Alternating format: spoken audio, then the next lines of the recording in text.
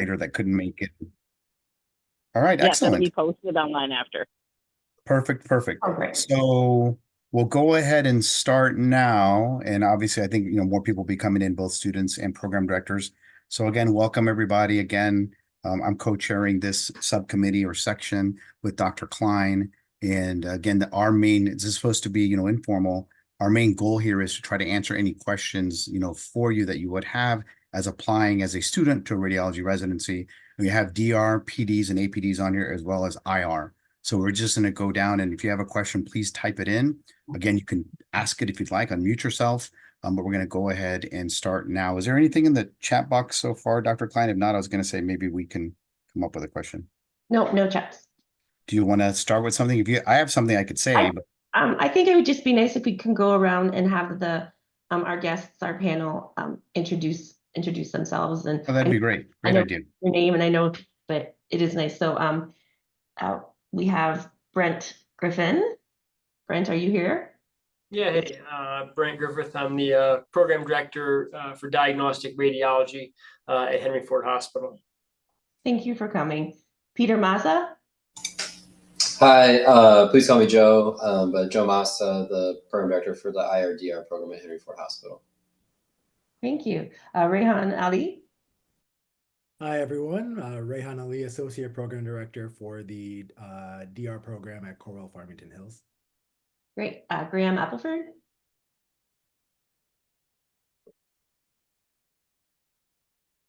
Not here or muted?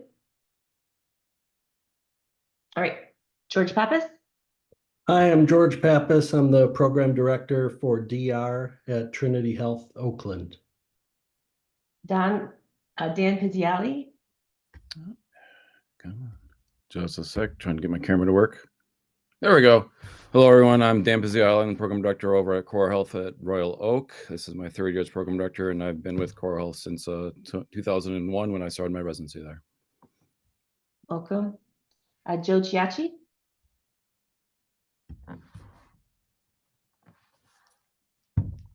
Is it because I said it wrong?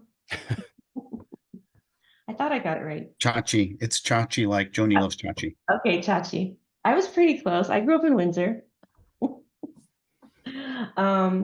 Hey, Bill Shirk. Hey, Bill Shirk, IRPD at University of Michigan. Glad to be here. Kara Udiger. Hi, everybody. I'm Kara. I'm the DR Program Director at the University of Michigan. Go Blue. Michael Perrone. Hi, Mike Perrone, Program Director at Corwell, Grand Rapids, Michigan State. Matthew Chaco. Hi, Matthew Chaco. I'm the Program Director at Henry Ford Providence, until recently Ascension Providence. And I'll just go back. Is Graham Appleford here? Or Joe Chachi?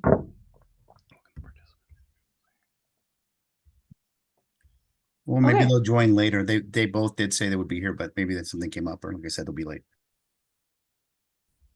So if you like, now that we've done the introductions, do you think we could stop sharing the screen and then see more faces? Wonderful. Thank you, everybody, for coming and spending an hour with us, and especially our panel. I appreciate you. We're very, very busy. This is one of the busiest times of the year for you during the interview season. So I guess what I was going to suggest to just first start, because we've got a very, not eclectic, but a very diverse group of programs in Michigan, and they all have amazing positives and strengths. So I thought if we could just go around and just quickly maybe give us a positive and a strength of your program. So if we can start just by the people I see, or I've got the names again. How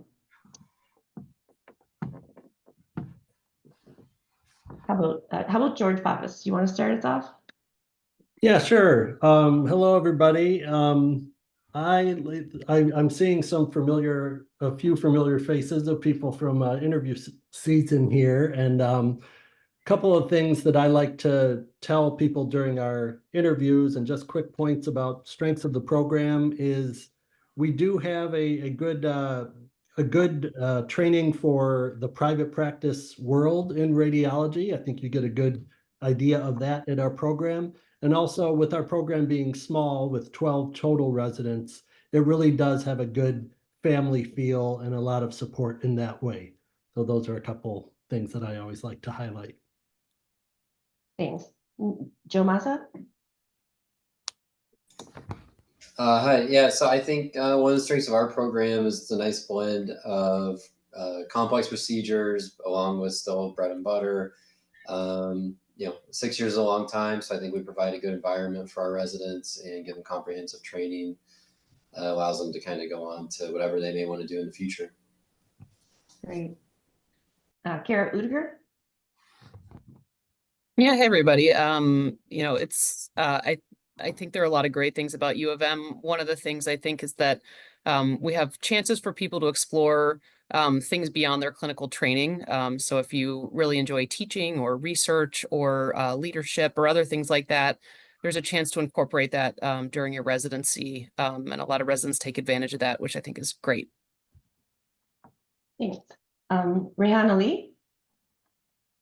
Over at Cornwall Farmington and the Associate Program Director. So I think one of the main strengths of our program is, again, we take 3 residents per year, and having that really close-knit bond with our residents and with the faculty. We get to know you from R1 all the way through R4, and also being a categorical program, I think is great because you get to know the clinicians and you get to know all the people that refer to us really well throughout. Now, we really, as someone said earlier, the benefit of a small program is we do have that family feel.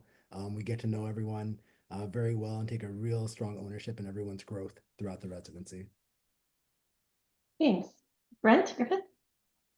Yeah, hey, Brent Griffith at Henry Ford Hospital. I think we offer a really nice balance between a hybrid of a academic environment and as well as a community type practice, and also because we have very small numbers of fellows at our institution, we're really able to focus on the residents and kind of be a resident centered program. Thanks. Mike Crone? Hi, thanks again. Cornwall Health in Grand Rapids, affiliated with Michigan State. We're 3 residents per year with no fellows, and so given the private practice group, it's quite large in comparison. We've got a lot of opportunities for volume and experience compared to the size of our residency. Cool. Matthew Jacko? Yeah, I can echo a lot of the same things that small programs have had as far as the familial atmosphere and really emphasizing culture of sincerity and down to earth learning where we really get along well and are serious, but are also serious what we do. I like to emphasize the ratio of and complexity of our case volume in contrast to the small number of learners and the ability for our trainees to take on complex cases early on in their residency and really having a lot of autonomy to grow into a leader. Thank you. Bill Sherrick? I think I'm proud of our autonomy that we kind of instill in our residents. And I think, as thinking about this program as the kind of last step before independent practice, I think that autonomy and that greater responsibility is an important one. And that goes with not just, procedural work, technical work, clinical experience, but also just kind of supporting those extra clinical endeavors too. So I think that autonomy and just kind of almost forcing that independence is important in our program. Dan Pizziali? Yeah, at Coral Health Royal Oak, we take 8 residents per year. We have a very collegial atmosphere. I think our residents get along really well and kind of see each other as family along with the staff. We have a good mixture between bread and butter practice, private practice and academics as well. We kind of split the difference between the two, with Royal Oak being a good tertiary care center with lots of pathology for residents to see. Okay, is there anybody I have not called on for describing their scope of practice? All right, so we'll just go, and the students, please ask questions. This is a really important and unique opportunity to have all these program directors from across the state make the time to answer questions for you. So please don't be shy. Hey, we have a couple in the chat already. You want me to read one? Sure. So we have 2. First one was from Lauren Fain. What is your advice for networking at RSNA as a residency applicant?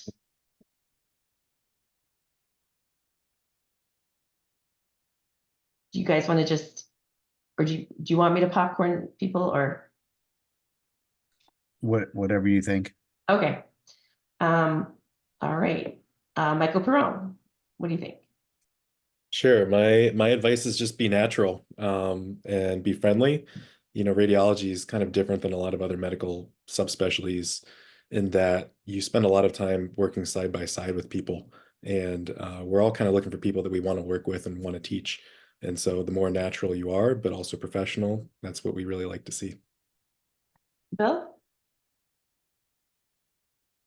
Yeah, I think just to echo that, I think it's tough as a med student to kind of do this like networking thing, and it's a challenging skill to develop. And I think from a you know, a student who's trying to network at RSNA or any sort of kind of radiology conference or event, there's this balance between kind of being too intrusive versus just kind of being friendly and professional and just kind of having that kind of natural interaction.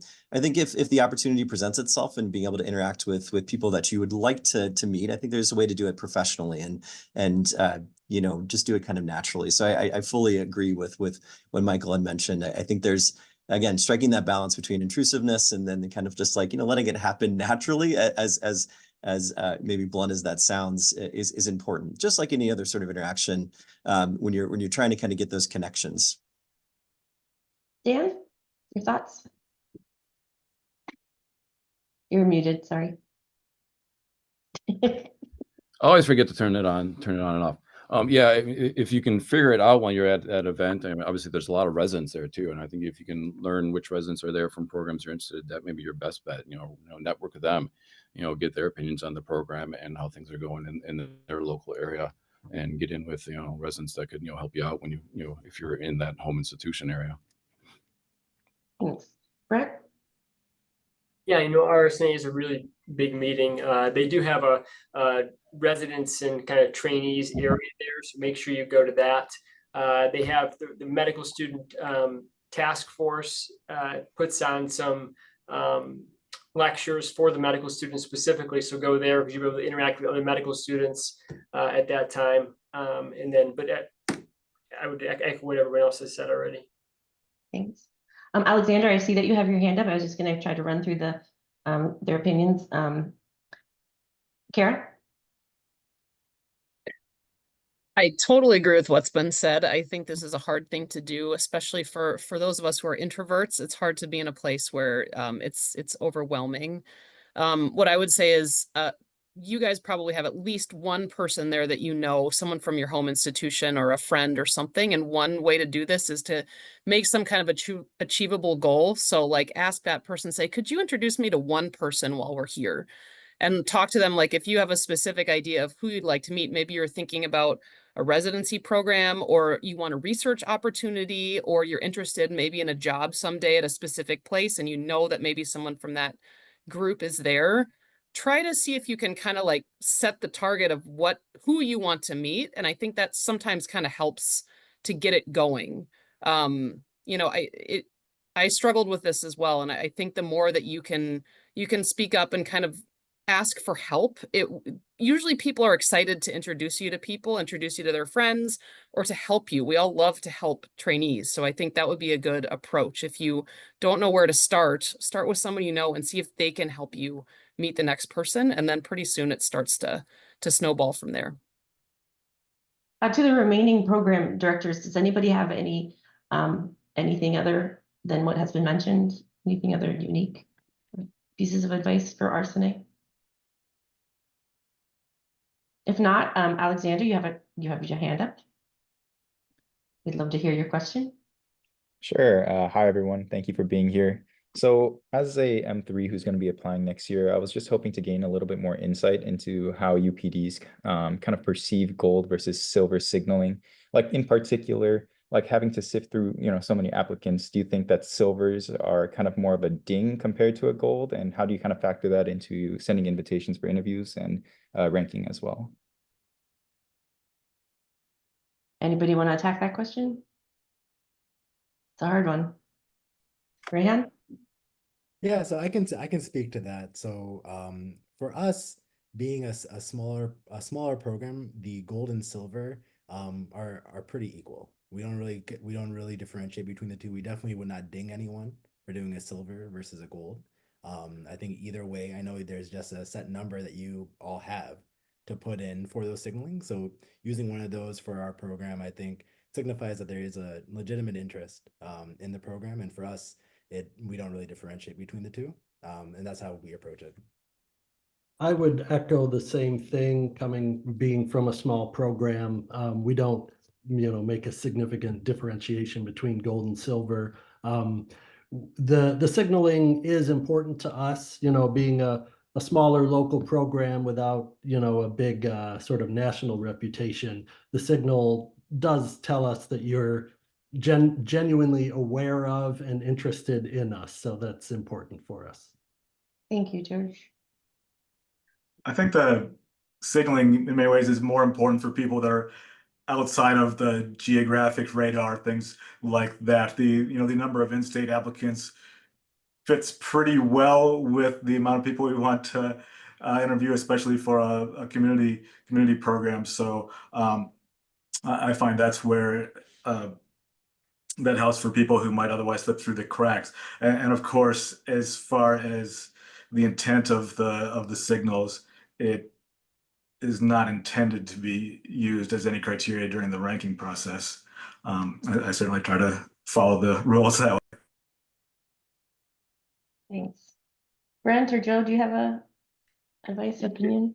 I mean, I'll say at Henry Ford, I mean, we rely on signals quite a bit. Gold versus silver. I mean, yeah, maybe gold is a little bit more, but silver is not. We look at that positively as well.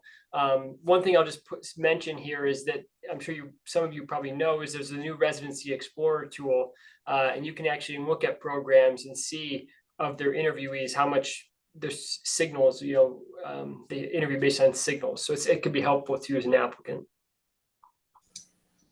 Yeah, I don't have too much to add other than gold and silver are pretty equivalent to me. Don't use them during ranking, and there's part of looking at the application, but it certainly helps make your application get reviewed probably a little bit earlier. And I think probably the biggest thing it communicates is that, look, if we extend you an offer for an interview, you're very likely to accept it and not reschedule at a later date or something like that. So I think that's really the power of it. Thanks. Hey, Brett, do you mind putting in the URL for that tool? Yeah, I will. Thank you. Bill or Kara? I don't have too much to add to what's been said. I think it's always nice to be liked. And I think seeing signals early in the process to a small extent sometimes helps us understand how to sort interview invitations. But after that, it's not as relevant. I think gold and silver is maybe not as relevant. I guess my advice would be to just signal based on the places you like and not try to game it. I think that, and I think we all know, all the program directors here know, like, this is a snapshot of what you think on one day when you're doing it, and that your opinions may change. It's hard to know at the beginning of the process exactly where you're going to fit with all these programs, and we all know that. So don't stress too much about it, because we know that things will change potentially for people as they go through the interview season. Yeah, totally agree with what Kara said. I think there are all these kind of like gamesmanship ideas or theories behind the signaling process. I think it's a novel thing for us, and still, even a couple years into this, it's something that we're still trying to figure out what it means. And like Kara said, I think there is value from both sides, both you as the applicant and us as the interviewers, to keep an open mind such that things can change. And signaling, while I agree that sometimes it can give you a leg up, especially if there's some geographic discrepancy from where you're applying, or there's something that there's not a clear tie for you at that program. That may help, but then again, there's other ways to kind of describe that. Little note in the personal statement, or maybe even just like a message to the program coordinator, program director. So I think there's other ways to show interest. But I ultimately agree with what Kara said, which is signal the programs that you're legitimately interested in, and don't think too much about the gamesmanship of it, because again, it is a novel process and something that we're all still trying to figure out. So the next question I want to ask the panel, this is one that I get every year, from almost all applicants that I advise. What are the program's preferences for thank you letters and letters of intent following interviews?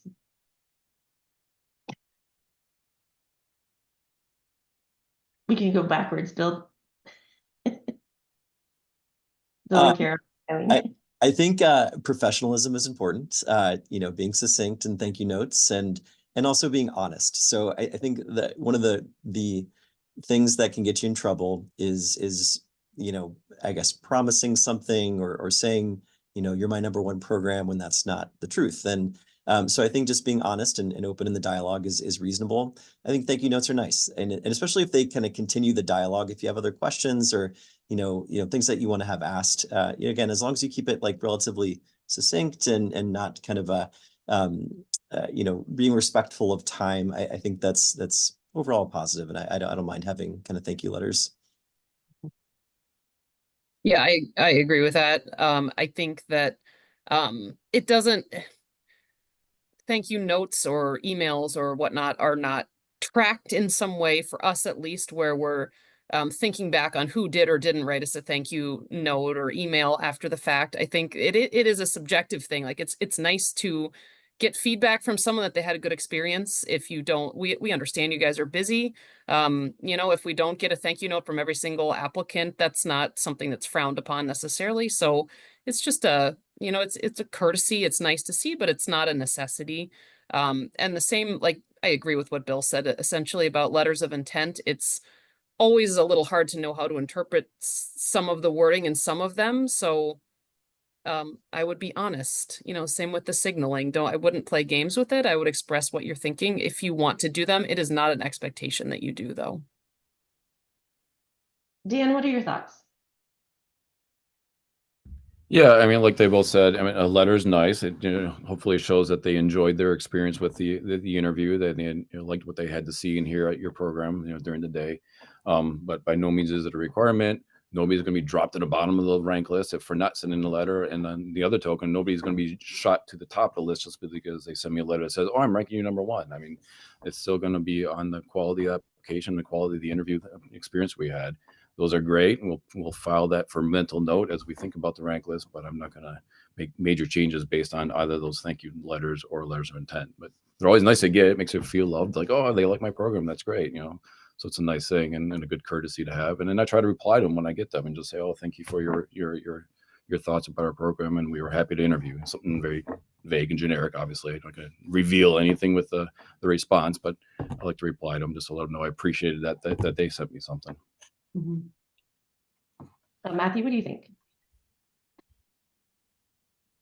Yeah, I think thank you notes are nice. That's certainly a polite thing, but it's not necessarily anything that's a requirement. And I always thought even the phrase letter of intent kind of amuses me. It sounds like college football recruiting, and that's relatively meaningless, but harmless. I try to be kind of hands off about that. I'll just see that, and it's nice. It's nice to have positive feelings, but not relevant at all to the ranking process. Do any of the remaining PDs have any strong or different opinions about this or advice? Yeah, I'll just speak up from my perspective, and I wanted to kind of just mention signaling real quick at our program. This is very important. I would just want to make sure that I kind of say that to the group. And we probably do give an edge to gold when we're reviewing applications, but much as others said, that kind of goes away when we're assembling a rank list. As far as thank you notes, we do not really go either direction if we want them or don't want them. At our program, we certainly read them all. And as someone said, if it's furthering the conversation from the interview, that's certainly a positive thing, but by no means is it a requirement or does it really affect anything. And similarly, because we don't require them or put too much weight on them, we don't necessarily all respond to them, and that's just so we kind of don't overstep and don't say too much and get into trouble. But by no means is it affecting anything in either direction or a signal of whether or not we appreciate the interview or anything of that sort. Thank you, Michael. Anyone else? Okay, I'm handing over the MC job. Handing the baton to Rocky. Okay, I'm taking over now. So the next question in here, and I'll do the same for all of our PDs. I'll just, call on you guys that we don't answer at the same time. And I think this is a random thing, but I was going to say the way my tiles are distributed is the way I'm going to do it. So I think Zoom does it differently for every person. So next question is, what are some of the main qualities and experiences that you value most in student applications? I think that's a really tough one, unfortunately. And to give you my background, I was also a PD for 10 years and also APD for 6 years. So anyway, I was going to say that's always really a hard one, I think. But Joe, you're first on my list here. So thanks. I think one of the biggest things we're looking for are a commitment to your education and kind of showing up. The reason that's so important is, look, you're going to be with us for 6 years. It's a long road. There's a lot asked of you and a lot to be learned. I think it's a great process and it goes well, but it is just a long path. And so to a degree that you can kind of show experiences that show a long-term commitment to your education and to diving into things, I think that's helpful. On the flip side of that, it doesn't, not going to ding somebody if those experiences didn't come together. But I think just sort of a track record of taking your education seriously and being reliable are some of the main qualities we hope to find in an application.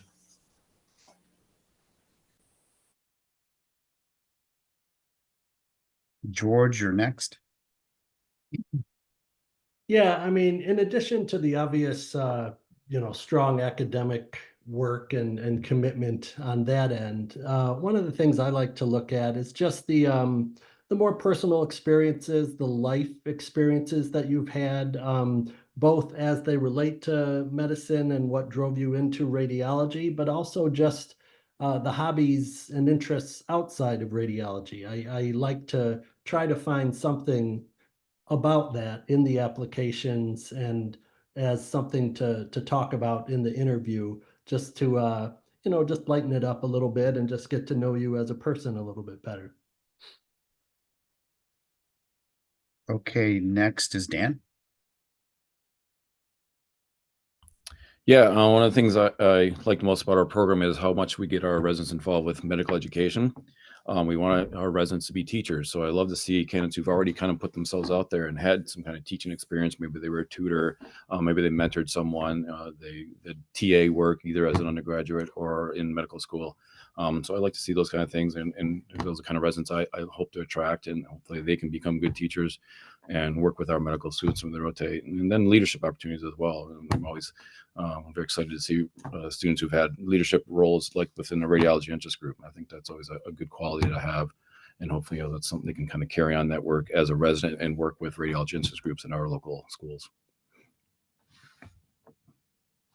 Okay, thank you. Next, Michael. Sure. I'm not looking for anything specific when we look at these kinds of things, but really it kind of gets down to what the end goal of this is, a match and not an assignment. So we're looking for an applicant that matches attributes that'll fit well with our program. And so, like I mentioned in the beginning, we have a very large private practice that's associated with a very small residency. So we have a ton of cases and a ton of volume, but it's not necessarily the classic hierarchical situation that other residencies may be in the classic academic setting. So we really need residents that are driven, motivated, dedicated to whatever they do. And those self-motivated applicants really, when I look at the things that they're involved in and talk about, they're able to kind of show the depth and the drive and the passion. And that's hard to tease out, of course. I think it's something we all want, regardless of what our practice setting is, but it's probably more important for the type of residents we're trying to attract. Okay, thank you. Brent? Yeah, I would say just like Michael just said, I think it's that ability to show kind of dedication, commitment to something, whether that's, experiences in research or education or community service outreach. I mean, I think just the ability to kind of show a commitment to those. I mean, obviously a commitment to academics and radiology is important, but outside of that, whatever it is, it can be very diverse experiences, but just the ability to kind of show enthusiasm and commitment to those. Okay, Kara?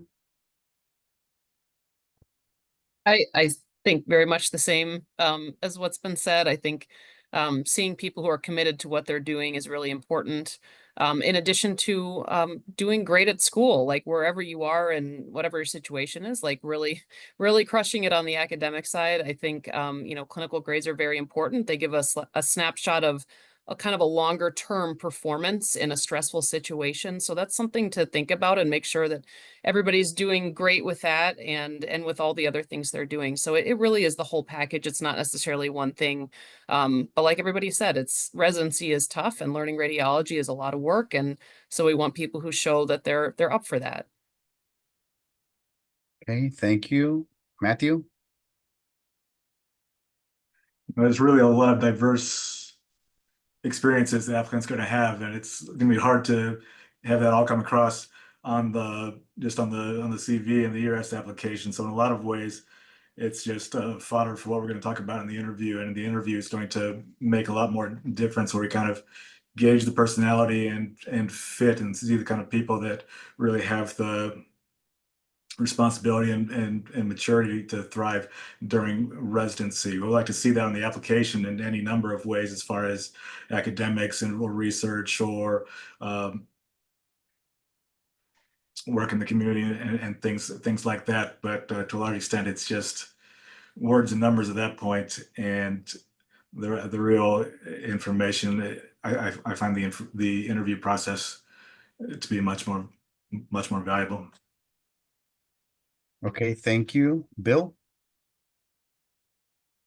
Yeah, I think there's been like overall, I hear a lot of the comments that have been made, and it's nice to hear kind of like this like holistic review of residents that has been the shift, I think, in the last few years, rather than just these like quantitative measures of like, hey, you got to get the step 1 score, you got to get the step 2 score now, or grades. It seems like nationally there's been a shift away from that, and that makes your job kind of more challenging in a way, because a lot of these terms are kind of these holistic, maybe even a little bit wishy-washy terms. I think I totally agree that kind of determination, that resilience, all those things that have already been mentioned, different life experiences are all helpful. I personally like a candidate that is insightful and is self-aware, and I think that's an important factor that I look for in a resident. That again, just thinking about individuals' life experiences may be different, kind of overcoming those hurdles and having the awareness to kind of self-correct or develop other skill sets. I think just showing that in an application that shows that you've kind of learned from your life experiences is always helpful. Now, is that easy to do in an application? Certainly not. But I think it's just something, if you get into the interview process, or just like, thinking about your personal statement, how I've learned from my experiences and having that insight is definitely a plus for me. Thank you. Rehan? Yeah, so for us, I think the main thing, as far as I think Dan talked about it earlier, about mentorship and teaching. And that's something we really look for in our program, because we like to see our senior residents teach the junior residents, and then junior residents have a great opportunity to teach medical students throughout the course of their training as well. So we really like to see that dedication to teaching. And as far as no particular experience necessarily is something that we're looking for, but really is just something to guide us during our interview, and to hear what you have to talk about your own experiences, and especially what you took from that and what you gained from those. So what kind of insight, I think, as Bill just said too. And those are, really good points that we also look for in our interview process. Thank you. I think that's a really hard question. Basically, what are you looking for, right, in your applicant? It's very, very difficult, and we all kind of want something different, but we all kind of want something the same. Moving on next, this is a tough question as well. It's a great question, students. So it says, with the growing integration of AI in radiology, how do you see it influencing the way radiology is taught and practiced during residency training? So I'll do what Kate did. We'll go backwards, forwards. So Rayhan, you're first. So for us, we've seen, in certain aspects of radiology, we have seen some, encroachment of AI into those areas, whether it's neuroradiology or women's imaging.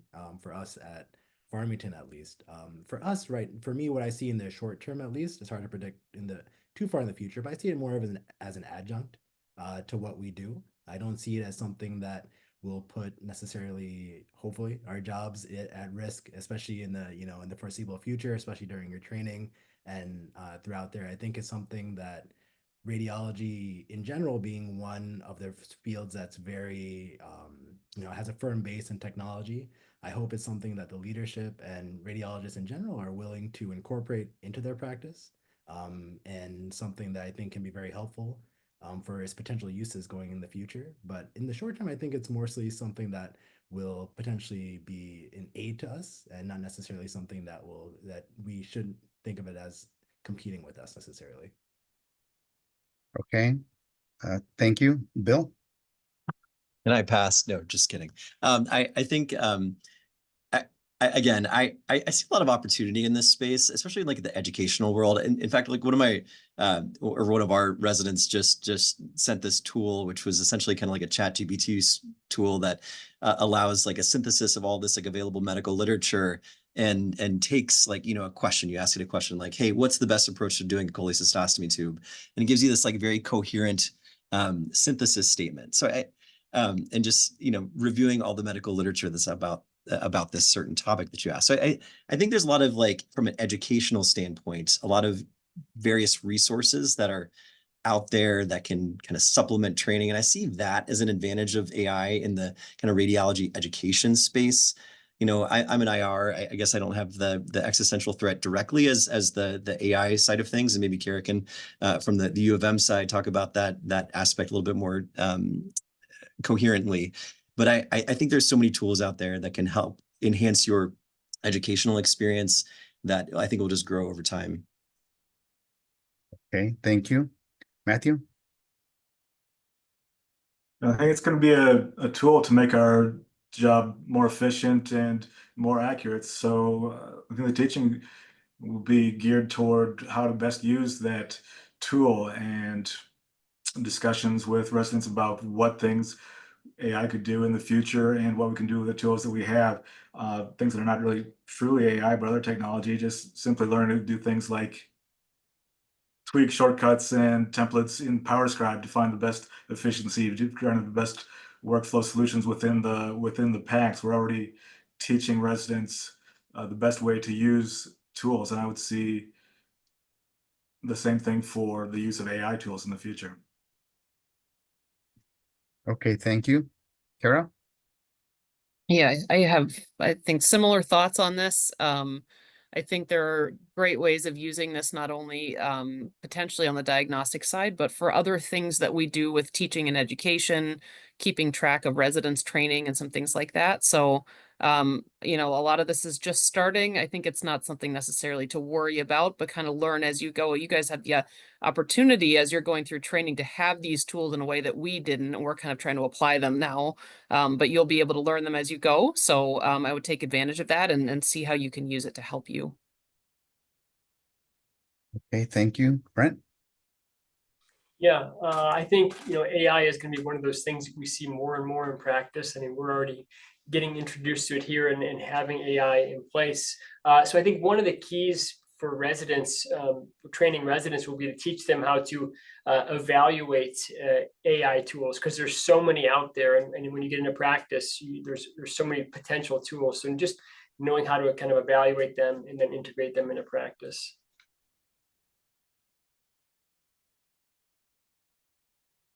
Okay, Dan, go ahead. Yeah, not a lot to add over what everything's already said. I'm certainly no expert in AI, but I'm not fearing it. I don't think any new residents coming into a residency in the near future have anything to worry about their jobs being replaced. The computer's not ready to analyze a CT scan as efficiently as us humans can for now. It's just going to be tools, and it's just like PACS was a tool to improve radiology. AI will be tools that will improve our ability to read cases and more efficiently and thoroughly.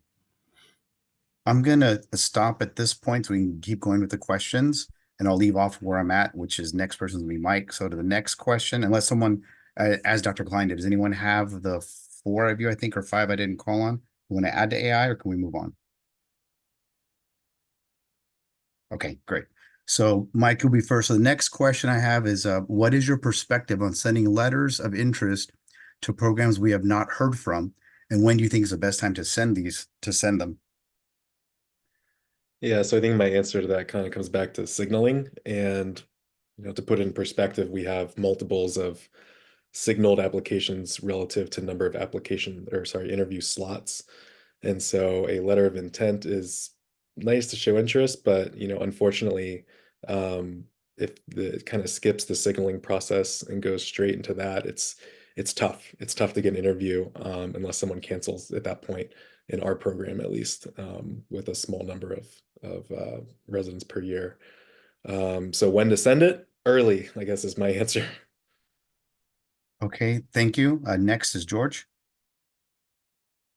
Yeah, I would echo those thoughts. The most important thing is if you have an intention of really wanting to be at a place or to interview at a place, send that notification early if you haven't already, made some inroads at the program. Because what I find is that as we get, to now, which is kind of the midpoint of the interview season, I'm starting to receive a lot of these emails, and it's like, okay, these are people who probably haven't heard from too many other programs, and they're getting a little bit desperate. So it's better to express your interest early on, because we fill up the spots very quickly for the interviews, and it's tough to find additional spots later on. Okay, thank you. Joe? Yeah, earlier the better. Don't have a lot to add. Okay, Rehan? Yeah, I think just sending them as early as you can, and that's probably going to put you in the best foot. Because I think, as George said, the later it gets in the season, it will most of the interview slots are already taken up, and it's hard to squeeze more people in. Okay, if anybody wants to add on to that, if not, I'm gonna go to the next question. Does any of the PDs want to add anything? PDs, APDs? Okay. The next question is going to be, so for 4th-year medical students doing the audition rotation, specifically, what qualities or skills do residents and attendings typically value in your rotating student? So first off, I think we left off, we went around. I think it's Bill. I think I guess I'll answer this specifically for IR audition rotations, because that's obviously what I have most experience with. I think teamwork is a critical element. I think there's a tendency to think of an audition rotation as that, an audition, and that you're trying to prove yourself and distinguish yourself. But I think one of the things that I value most is when that medical student interacts effectively with other rotating medical students or the residents, and I think that's considered very highly if you're able to kind of like enmesh in that. And some of the other skills, I mean, it is just a month, and part of it is you're learning too. So we don't, hold you to kind of, achieve anything during that month. But as long as you integrate in the team and display those teamwork qualities, I think that's most important from my perspective. Okay, thank you. Matthew? First off, be natural and be yourself. Of course, a rotation can either hurt you or help you, but if it's going to hurt you, it was never meant to be in the first place. So be natural, be involved without being too intrusive. Of course, follow directions, attend the didactics, and pay attention, and get even if it's over your head, ask questions and be engaged with, but don't force it. It's a little bit of a fine line to walk, and the best approach is to be yourself and be natural about it. And as someone said, it's a match process, not an assignment process, and being yourself is going to be the best way to find the best match. Thank you. Kara? Yeah, I agree with what's been said. I think it's a challenging thing to be a student, a med student in a radiology reading room or in an IR suite, and you do the best you can. You do be yourself. I think people, we want to see that you're enthusiastic about radiology and what we're doing. um, have some situational awareness for what's going on in the room and how busy it is. What is the possibility for learning and asking questions versus needing to wait while people are, dealing with something.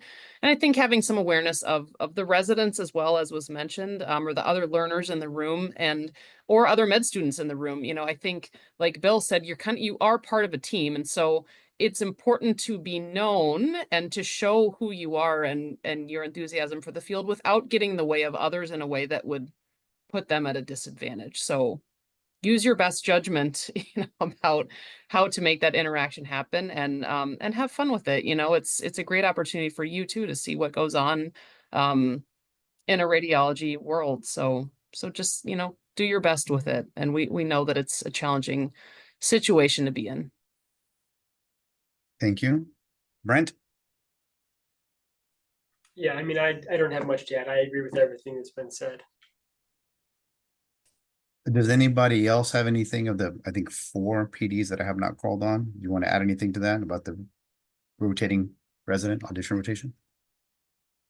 I would just say, show, as everyone has said, show interest, be engaged, but not, or engaging, but not overly so. But don't sit there and look at your phone. Yeah, what's funny is our rotation cell phones are actually banned.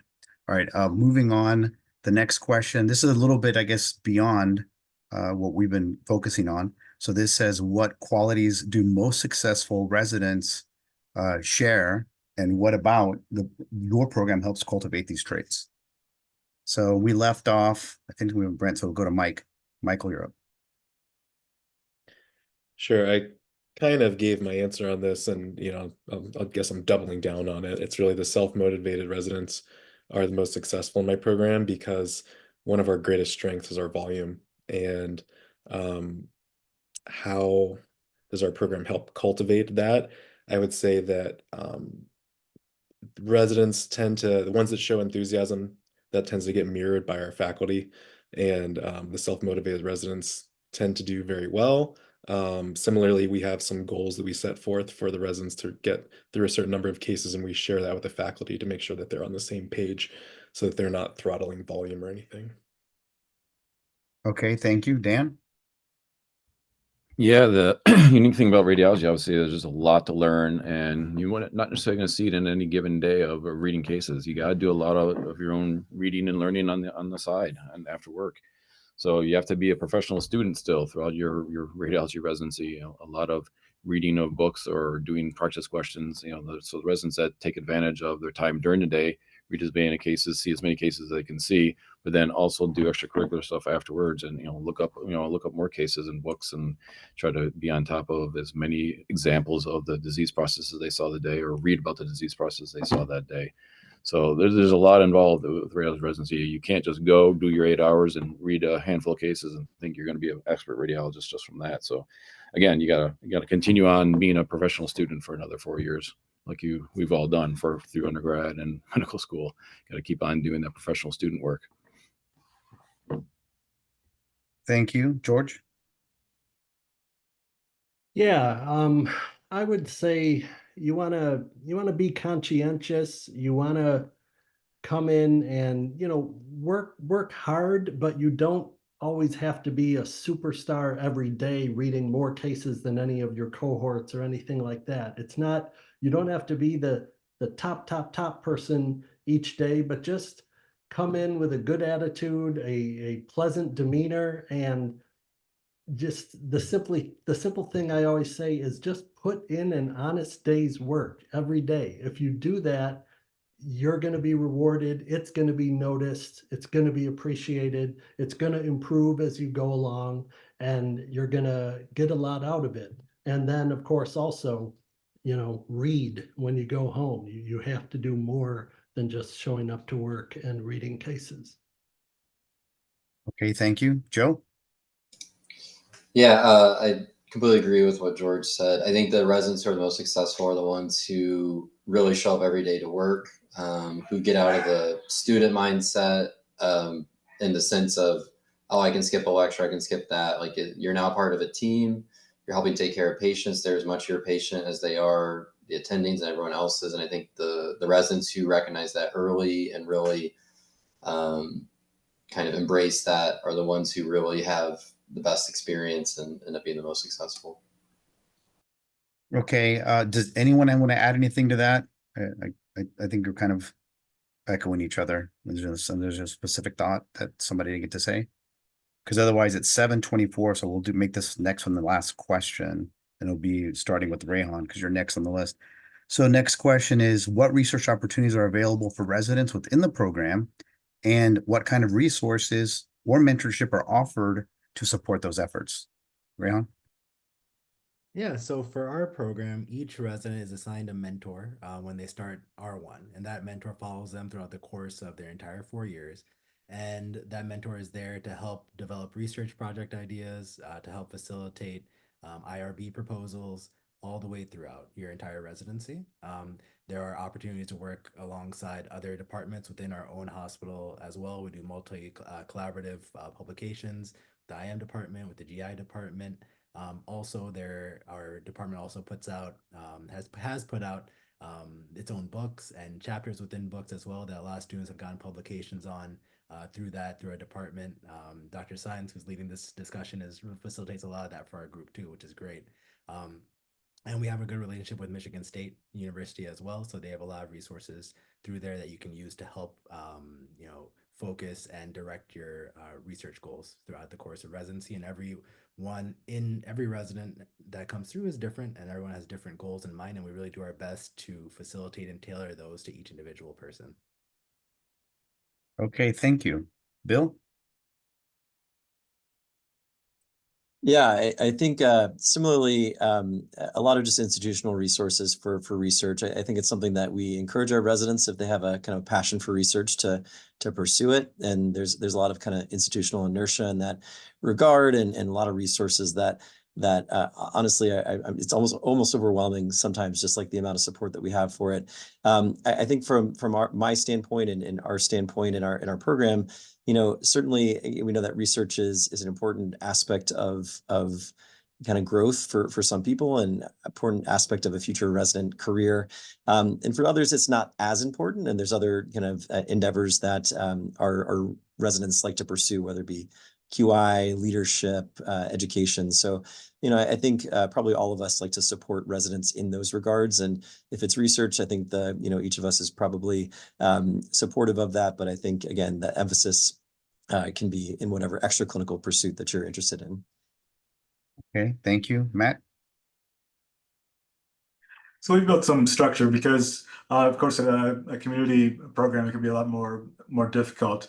So we have, starting with QI, we have various initiatives in the different departments. So we have a little bit of a longitudinal involvement where we assign the different residents to different initiatives, and they're able to. That's a way they're able to get their feet wet during the first year. Additionally, one thing we've added was in the past few years was monthly meetings where we have all the residents and our research advisors in the department, and run through the list of ongoing projects and discuss ideas or hurdles, or just simply a reminder, hey, you need to complete this part, the deadline's coming soon.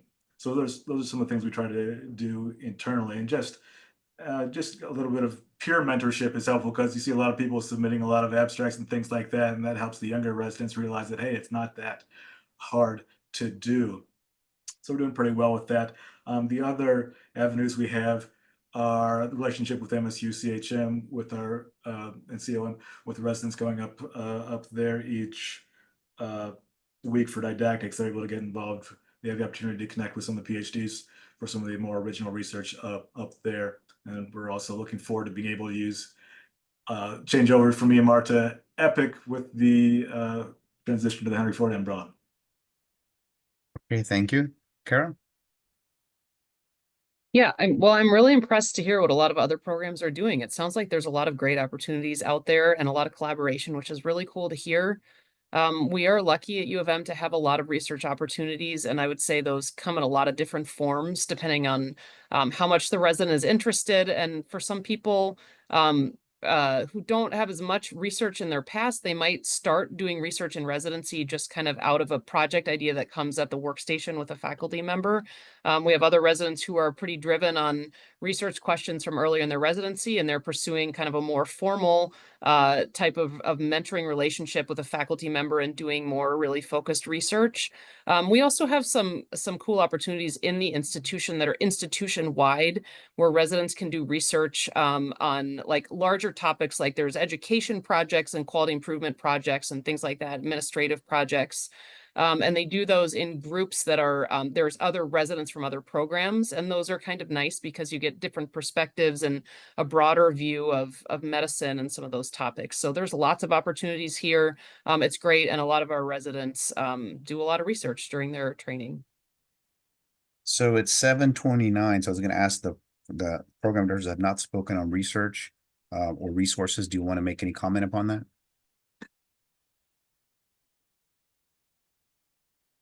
Okay, I guess that's a no. I want to start first by thanking all of you, all the PDs and APDs for being here. And I don't know if you looked at the chat, but all the students are also very, gracious and happy that you guys have shared the time with us. So with that, I guess we'll conclude the meeting. Dr. Klein, do you have anything you want to add? Yeah, just my closing remarks is I just want the students to know that the PDs are being so completely honest in giving you the real truth, and they're being very real. And I do also want to thank them for being real and being honest. This is a great opportunity and very valuable for our students. So thanks to everybody. Yeah, thank you, everyone. Everybody have a good night. Much appreciated. Thank you. Thank you. Good night. Good night, everyone.